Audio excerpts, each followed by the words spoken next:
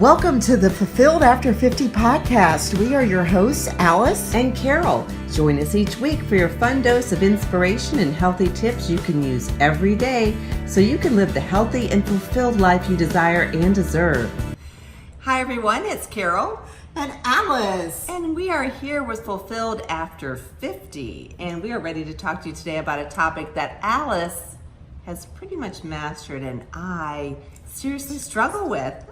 So She's mastering it too. So, I'm working on it. I'm a work in progress just like all of us. But you know, we keep it real in here. So we're going to talk about meditation. Meditation. Yes. So it's a big one. It doesn't really matter how old you are. It goes from all ranges. Mm-hmm. Really, even if you have high schoolers, it's a great time to even teach them. At that point, it could be like even younger once they get the grasp of controlling our mind and our thoughts, right? Don't you sometimes wish we knew about that when we were younger? Yes. I mean, really.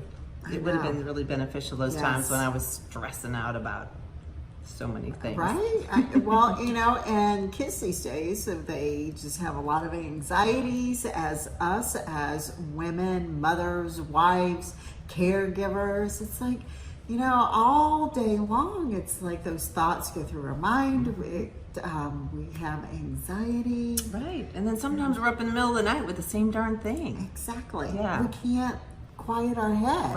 Right. And so I think it really hit me this weekend when I was telling Carol, like for my 55th birthday, I went to Sedona with my 26-year-old daughter. And it really hit me that, okay, we need to open up this conversation because, you know, we teach this at our retreats. Right. We usually have a yoga girl that comes in and does that with essential oils, right? Mm-hmm. So relaxing. So relaxing. Awesome, for sure. Yes. So she sort of sets the tone for our morning, but we also take our Fulfilled After 50 group of women through it online also. Right. Mm-hmm. So meditation is one of those things that it is just quieting your mind. And so Sedona is a place where people really go to get really quiet. They go for these hikes and they are journaling. So we went on one of these hikes. It was called Cathedral Rock.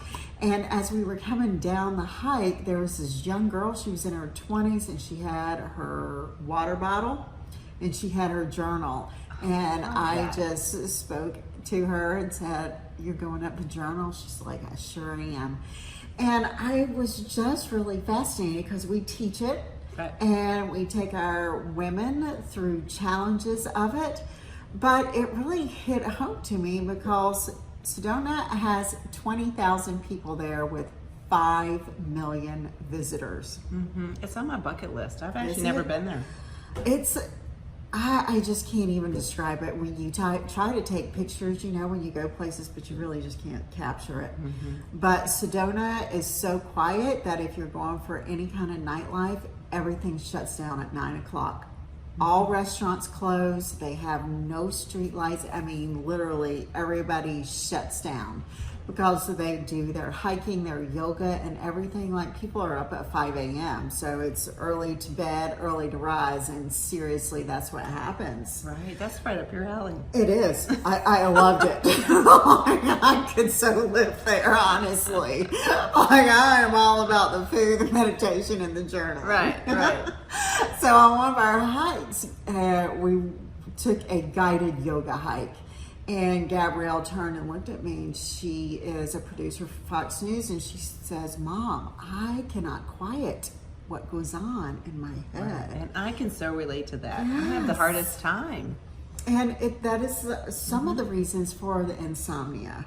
Right. So when you come home, your day has been super, super busy and you've been problem solving all day. Then you have your kids and immediately your thoughts go to the next day. Right. So how does this stop? Like, how do you quiet all those voices that just constantly go on in your head? Right. So I told her, for one, when you constantly are a person that has to have everything in order and nothing if something goes out of order, it drives you nuts. Okay, and some jobs you do have to be that way, and hers is one of those also, as you are too. So I said, you know what? This is one thing that does not have to be perfect.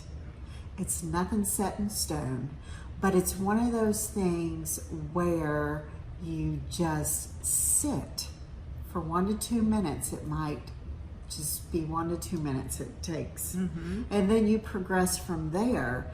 But in those 1 or 2 minutes, you cannot be thinking about your next errand.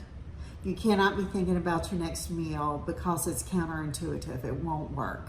Right. And nothing will come out of that. So the best way that I taught her this weekend when I was with her is you can put on an app. It's called Headspace. And just put your headphones in. And sometimes this is a nighttime ritual for her.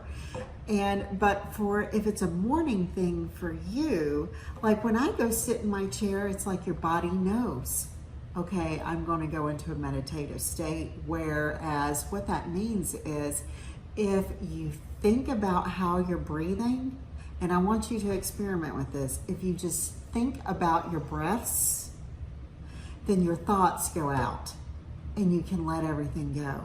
And that's where, in those moments of silence, then you are able to recenter yourself and you're able to actually refocus. So a lot of people you hear, they say they have ADHD. Right. They got a lot of things going on. So the power of meditation is you're actually able to focus more, and you're actually able to pay more attention. And just like Carol was saying before too, that it's scientifically proven, and there's research out that the power of meditation actually can replace the drugs for antidepressants and anti-anxiety. Right. And I can tell you that for a fact, because Gabrielle used to take Xanax. I always get Xanax and Zantac with the reflux. Right. Reflux, or is it anxiety? Yes. So it replaces that antidepressant. She no longer takes that when she has an anxiety attack, because for one, she has learned to control her breathing, but she hasn't learned how to let this go, her thoughts. And it's one more thing to add to your tool set, so to speak, because we're all going to run into those times when we're just totally anxious about things, or you've got so much pressure, that being able to stop, and whether it's in your office or in the bathroom, or you know, your favorite room in your house, and having the correct posture and just really being able to release. And it does take practice. Like we were talking about it, you used Headspace initially, but now your body just knows, like when you're sitting in that specific chair, that it's going to go into meditation for 5 minutes or so. But I also told her, because when she was at work, she said one of her anchors came up to her and said, "Hey, Gabrielle, do you meditate?" So even if you're at work and you have a stressful situation come up and you're not sure how to handle it, it's being able to walk away. It may be just going to the bathroom. And that's where we talk about just that 1 or 2 minutes, and then you just focus on your breath, and then you're able to release and let go, and then come back refocused. So that's where that refocusing comes. And I love the fact that it's so much more widely accepted nowadays. You know, in the past it might be like, ooh, what's crazy woman over there doing in the corner? But I think nowadays it's something that's really widely accepted in a lot of corporations. And particularly in people's homes. And that's why we see a lot of free apps out there for people to use, and some other ways to help dive deeper into that. I mean, really, I mean, it's been a common practice in Sedona, but that's not, not everywhere. But now I think it's become much more commonplace across the country, which is really exciting. I think, between that and some of the quantum physics, and there's Right. just so many great Yes. things, especially in this season of our life, that you can actually pause, Right. hopefully, and take the time to explore that and see how you can work that into your own life and see Right. the transformation and the changes that can take place. And then, like you say, sharing it with your kids. Yeah, I think, even with all the yogis that are coming out too, Yeah. the more yogis, and of course they have shed a lot of light on the meditation because they incorporate that with their yoga practices, which has taken off too. Right. But you didn't ever used to really fully practice it, but now like it Right. doesn't have to be perfect. It doesn't have to, you can just, allow yourself to have Right. that time.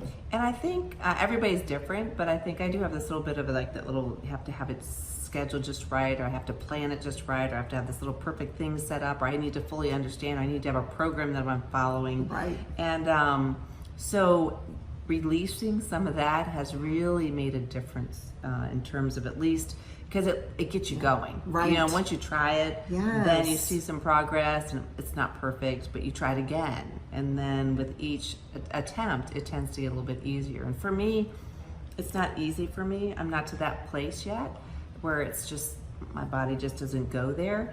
But I'm much closer today than I was, even just a few months ago. So I think it goes back to always just being better today than you were yesterday. Yeah. And if it's just really just sitting back for a minute and incorporating, just breathing, letting go, and letting those stress and just the overwhelm sometimes of everyday life, whatever Right. it is that you encounter. And that's what we are here to help with. You just bring some positivity to you and just a new tool to put in your toolbox, like Yep. Carol said. And so we challenge you, if you have not embraced meditation or even taken the time to try it, we encourage you to embrace that and realize it doesn't have to be perfect, and realize that there are a lot of true health benefits that result. So give it a chance. We'd love to hear how that goes for you. Yeah, drop a comment. If you haven't subscribed to our podcast, then subscribe. That's right. And drop a comment below this video if you have used a meditation practice, or maybe you have a different app. We say Headspace, there's Calm also, but if Simple you've used Habit. another one, we'd love to hear it. And come over to our Facebook group, Fulfilled After 55, where Carol gives daily trainings. We give daily trainings together. Al shares yummy recipes and meal prep, and we always have something new in there. So it's free to join. You just have to go there, request to join, tell us some reasons why you want to join. Yeah. We get you in there. We are over 500 currently. Yeah. And it's Fun. growing fast with really high quality women. Love it. And they warm our heart and Yes. make what we do each and every day worthwhile. So, join Okay. if you haven't already. Yes. So we'll see you next week on a new podcast here. So thanks for tuning in. We'll see you next week. All right, bye-bye. Take care.